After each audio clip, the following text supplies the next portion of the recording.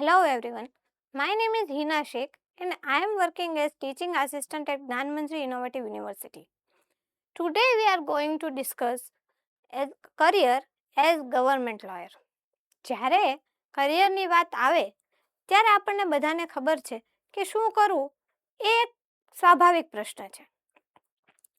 LLB તમે જ્યારે pursue કરો છો ત્યારે અંદરથી જ એક તમને ફિલિંગ હોય છે કે તમે જ્યારે કાયદો ભણો છો તો એ કાયદાનું તમે રક્ષણ કરો. You protect the law.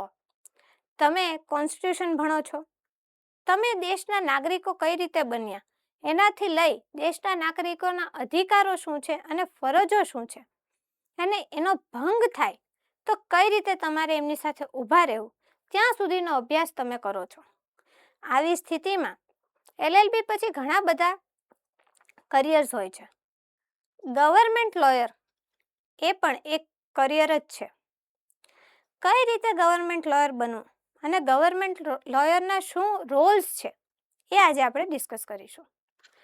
Government lawyer બનવા માટે generally you have 3 fields to practice.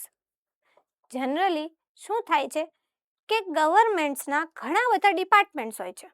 Municipal corporation, tax department, GST departments, income tax department, consumer and NCLT and lots of departments are there. આ બધા ડિપાર્ટમેન્ટ્સને ગવર્મેન્ટ વતી કોઈ represent કરે એવા લોયર્સની જરૂર હોય છે. કારણ કે બધી જ જગ્યાએ ગવર્મેન્ટ પોતે તો જઈ નથી શકતી, કારણ કે government is only a name, but at the end who are running are the people. એટલે જે લોકો ગવર્મેન્ટ ઉપર કેસ કરવા માંગે છે અને ગવર્મેન્ટ ઉપર કેસ કરે છે ત્યારે ગવર્મેન્ટ વતી એક લોયર જે છે એ ગવર્મેન્ટને રિપ્રેઝેન્ટ કરે છે. સપોઝ ઇન્કમ ટેક્સ ડિપાર્ટમેન્ટ જે છે એમની પાસે કોઈ રિફંડ લેવાનું છે, બટ ઇન્કમ ટેક્સ ડિપાર્ટમેન્ટે રિફંડ આપ્યું નથી.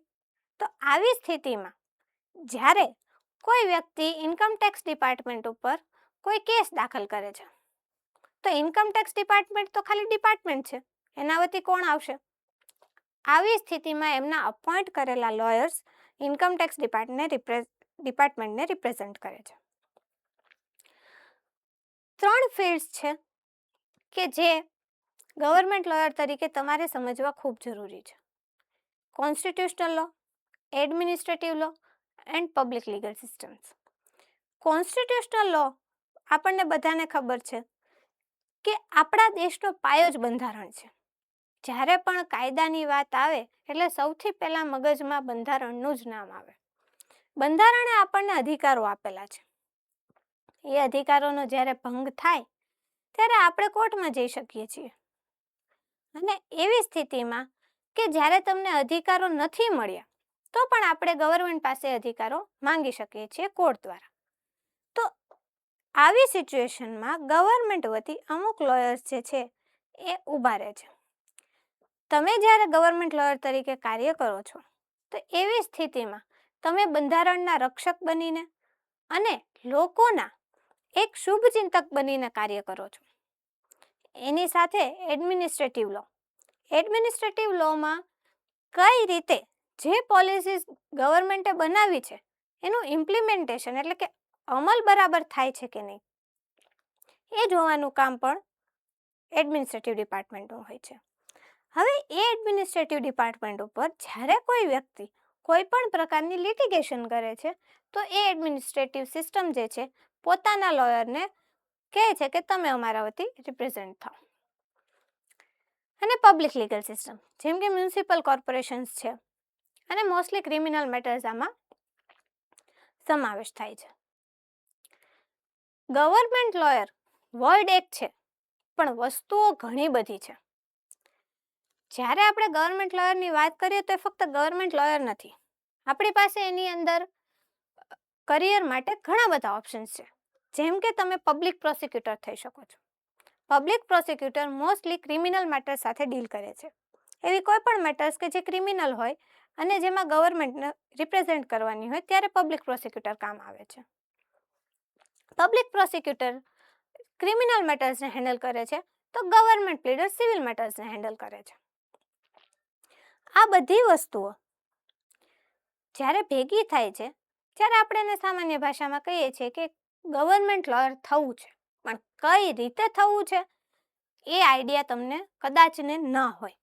એના માટે તમારે જે છે પોતાની પ્રેક્ટિસ સ્ટ્રોંગ કરવી પડે છે. હાઈકોર્ટમાં આસિસ્ટન્ટ ગવર્મેન્ટ પ્લીડર નામની એક પોસ્ટ આવે છે, જેમાં તમે અપ્લાય કરીને આસિસ્ટન્ટ ગવર્મેન્ટ પ્લીડર બની શકો છો.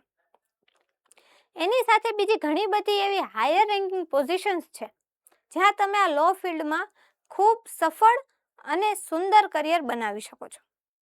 જેમ કે attorney general of India. Attorney general of ઇન્ડિયાને આપણે હાઈએસ્ટ લીગલ ઓફિસર તરીકે ઓળખીએ છીએ, કારણ કે એટર્ની જનરલ ઓફ ઇન્ડિયા જે છે એ સુપ્રીમ કોર્ટમાં જ્યારે કોઈ પણ કેસ થાય છે ત્યારે એ આખા નેશનને એટલે કે આખા ઇન્ડિયાને રિપ્રેઝેન્ટ કરે છે. આ ઉપરાંત ગવર્મેન્ટને કઈ રીતે વર્ક કરવું, એમને કઈ રીતે કાર્ય કરવું, એના માટે એડવાઇસ પણ આપે છે. એમની નીચે આવે છે solicitor general of India. Solicitor general of India પણ એટર્ની જનરલ ઓફ ઇન્ડિયાની જેમ જ સુપ્રીમ કોર્ટ્સમાં મહત્વપૂર્ણ કેસોમાં ભારતને રિપ્રેઝેન્ટ કરે છે. એમની નીચે હોય છે additional solicitor general of India, કે જે એમને એમના મહત્વપૂર્ણ કેસોમાં મદદરૂપ થાય છે. એની સાથે સાથે હોય છે ગવર્મેન્ટ પ્લીડર્સ અને આસિસ્ટન્ટ ગવર્મેન્ટ પ્લીડર્સ, જે હાઈકોર્ટ્સમાં કામ કરે છે. જે હાઈકોર્ટ્સમાં કેસીસ આવે છે હાયર ઓથોરિટીઝ માટેના, એ હાયર ઓથોરિટીઝને જે છે ગવર્મેન્ટ પ્લીડર્સ અને આસિસ્ટન્ટ ગવર્મેન્ટ પ્લીડર્સ કન્ડક્ટ કરે છે હાઈકોર્ટ વતી. એની સાથે સાથે ઘણા બધા એવા ડિપાર્ટમેન્ટ્સ છે, મિનિસ્ટ્રીઝ છે કે જેમને લીગલ એડવાઇસની જરૂર હોય છે. એ લીગલ એડવાઇઝર માટે પણ જે છે તમે અપ્લાય કરી શકો છો. પોલિસી ડ્રાફ્ટર તરીકે તમે જે છે કાર્ય કરી શકો છો. જ્યારે તમે પોલિસી ડ્રાફ્ટર તરીકે, ગવર્મેન્ટ લીડર તરીકે, પબ્લિક પ્રોસિક્યુટર તરીકે કે કોઈ પણ નામ હેઠળ એઝ અ ગવર્મેન્ટ લોયર કામ કરો છો, ત્યારે ફક્ત અને ફક્ત કેસ લડવા પૂરતી તમારી જવાબદારી નથી હોતી, પરંતુ આખા દેશના લીગલ ફ્રેમવર્કને બનાવવાની, તેમજ બંધારણનું રક્ષણ કરવાની અને સમાજનું કંઈક ભલું થાય એવું કોઈ કાર્ય કરવાની જવાબદારી તમારા શિરે હોય છે. જે કોઈ વિદ્યાર્થીઓ એવા કોઈ વિષયમાં રસ ધરાવતા હોય, જેમ કે બંધારણ છે, વહીવટી કાયદો છે, અથવા કોઈ પણ પ્રકારનું ગવર્નન્સ છે, તો એવા વિદ્યાર્થીઓ જે છે એ પોતે આ કરિયર જે છે એ પસંદ કરી શકે છે, અને એમના માટે આ ખૂબ જ સરળ અને અનુરૂપ કરિયર પાથ છે.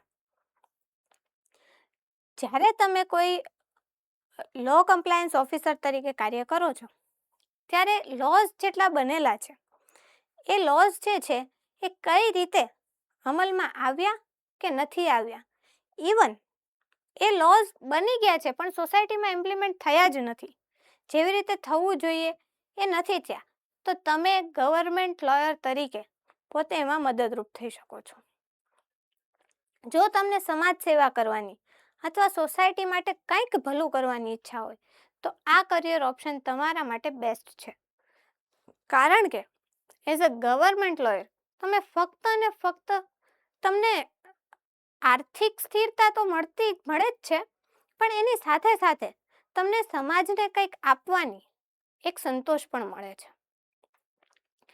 જ્યારે તમે ગવર્મેન્ટ લોયર તરીકે અપોઇન્ટ થાવ છો, ત્યારે તમારા મગજમાં એક વસ્તુ ક્લિયર હોવી જોઈએ કે જ્યારે હું કોઈ કાર્ય કરવા જાઉં છું ગવર્મેન્ટ વતી, તો હું જે છે એક પ્રકારને બંધારણનો રક્ષક જ છું.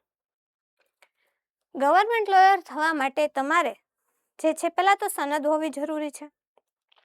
બીજું, પબ્લિક પ્રોસિક્યુટર માટે એક્ઝામિનેશન આવે છે, એ તમે આપી શકો છો. એની સાથે સાથે આસિસ્ટન્ટ ગવર્મેન્ટ પ્લીડર માટે જે છે ઇન્ટરવ્યૂઝ આવે છે, એ આપીને તમે હાઈકોર્ટમાં આસિસ્ટન્ટ ગવર્મેન્ટ પ્લીડર થઈ શકો છો. ઇવન સિનિયર સ્ટેન્ડિંગ કાઉન્સિલ એક પોઝિશન આવે છે કે જેમાં વિવિધ ડિપાર્ટમેન્ટના જે ઓફિસર્સ હોય છે એ સિનિયર સ્ટેન્ડિંગ કાઉન્સિલ અપોઇન્ટ કરે છે. ફોર એક્ઝામ્પલ, મેં આગળ કહ્યું એમ કે ઇન્કમ ટેક્સ ડિપાર્ટમેન્ટ છે, તો એમના વતી જે લોયર રિપ્રેઝેન્ટ થાય હાઈકોર્ટમાં એને સિનિયર સ્ટેન્ડિંગ કાઉન્સિલ તરીકે ઓળખાય છે, અને એમની નીચે એમને અસિસ્ટ કરે એમને જુનિયર સ્ટેન્ડિંગ કાઉન્સિલ તરીકે ઓળખાય છે. એ સાથે એક વસ્તુ તમને કહેવાની રહી ગઈ, જે હું તમને કહી દઉં. Advocate general, attorney general of India કે જે સુપ્રીમ કોર્ટ અને ગવર્મેન્ટને આસિસ્ટ કરે છે, એવી જ રીતે આપણા રાજ્યમાં એક એડવોકેટ જનરલ ઓફ ઇન્ડિયા હોય છે, કે જે એડવોકેટ જનરલ ઓફ સ્ટેટ હોય છે, એ જે છે ગવર્મેન્ટને, સ્ટેટ ગવર્મેન્ટને એડવાઇસ આપે છે અને સ્ટેટના જેટલા મહત્વપૂર્ણ કેસીસ હોય છે એ જે છે હેન્ડલ કરે છે. High court, supreme court, district court, sessions court અને જેએમએફસી, આ બધી જ જગ્યાએ ગવર્મેન્ટ લોયર અપોઇન્ટેડ હોય છે. એટલે આ કરિયર એવું છે કે જે ખૂબ જ વિશાળ તક ધરાવે છે. પ્લસ તમે જો એમાં જવા માંગતા હો તો તમારે જે છે એના માટે પૂરતી પ્રેક્ટિસની તૈયારી કરવી જરૂરી છે અને એના માટે તમારી અંદર અમુક ગુણો હોવા જોઈએ, જેમાં સૌથી પહેલો છે આર્ગ્યુમેન્ટ્સ, લિટિગેશન, ક્લાયન્ટ હેન્ડલિંગ. આ બધી વસ્તુઓ તમારી અંદર હોવી જોઈએ. એની સાથે સાથે તમારી વ્યવસ્થિત ડ્રાફ્ટિંગ સ્કિલ્સ, પ્લીડિંગ સ્કિલ્સ પણ તમારી પાસે હોવી જોઈએ.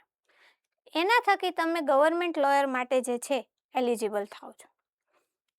ગવર્મેન્ટ લોયર થવું એટલું અઘરું નથી, but it depends on your skill, કે તમે કઈ રીતે તમારી સ્કિલ ડેવલપ કરી છે. જો તમે વ્યવસ્થિત રીતે આ બધી સ્કિલ્સ ડેવલપ કરો છો અને આગળ વધવા માંગો છો તો તમે ઇઝીલી ગવર્મેન્ટ લોયર થઈ શકો છો. ગવર્મેન્ટ લોયર થયા પછી તમને ઇન્કમ સ્ટેબિલિટી, ગવર્નન્સમાં જે કંઈ તમને રસ હોય એમાં કાર્ય કરવાનો મોકો અને સાથે સાથે સ્ટેટ ગવર્મેન્ટ, સેન્ટ્રલ ગવર્મેન્ટ સાથે ટાઈઅપ, મીટઅપ કરવું, આ બધા જ ઓપોર્ચ્યુનિટીઝ તમને મળે છે. જ્ઞાનમંજી ઇનોવેટિવ યુનિવર્સિટીમાં અમે બધા જ મળીને અમારા સ્ટુડન્ટ્સને એવા એટમોસ્ફિયરમાં રાખીએ છીએ કે જેનાથી કરી અને આગળ એમનું કરિયર જે છે પ્રેક્ટિકલી ખૂબ સફળ રહે. એના માટે અમે moot courts, various seminars, workshops, debate, છાત્ર સંસદ, એસઆઈપી પ્રોજેક્ટ્સ કરીએ છીએ કે જેમાં સમર ઇન્ટર્નશિપ પ્રોજેક્ટ્સ આવે છે, કે જેમાં સ્ટુડન્ટ્સ કોઈ પણ વકીલ સિનિયર હોય એમની અંડરમાં જઈ અને 1 મંથ પ્રોગ્રામ કરે. આવી બધી વસ્તુઓ જે છે એક્ટિવિટીઝ દ્વારા અમે કરતા હોઈએ છીએ અને આ એક્ટિવિટીઝથી બધા જ સ્ટુડન્ટ્સને જે છે પોતાની સ્કિલ ડેવલપમેન્ટનો મોકો મળે છે અને આગળ જતાં એમને કોઈ પણ પ્રકારની તકલીફ પડતી નથી. જો આપ પણ આવી જ રીતે ગવર્મેન્ટ લોયર થવા ઈચ્છતા હો અને લોમાં એક સરસ મજાનું કરિયર બનાવવા ઈચ્છતા હો તો જ્ઞાનમંત્રી ઇનોવેટિવ યુનિવર્સિટીની ચોક્કસ મુલાકાત લો. Thank you.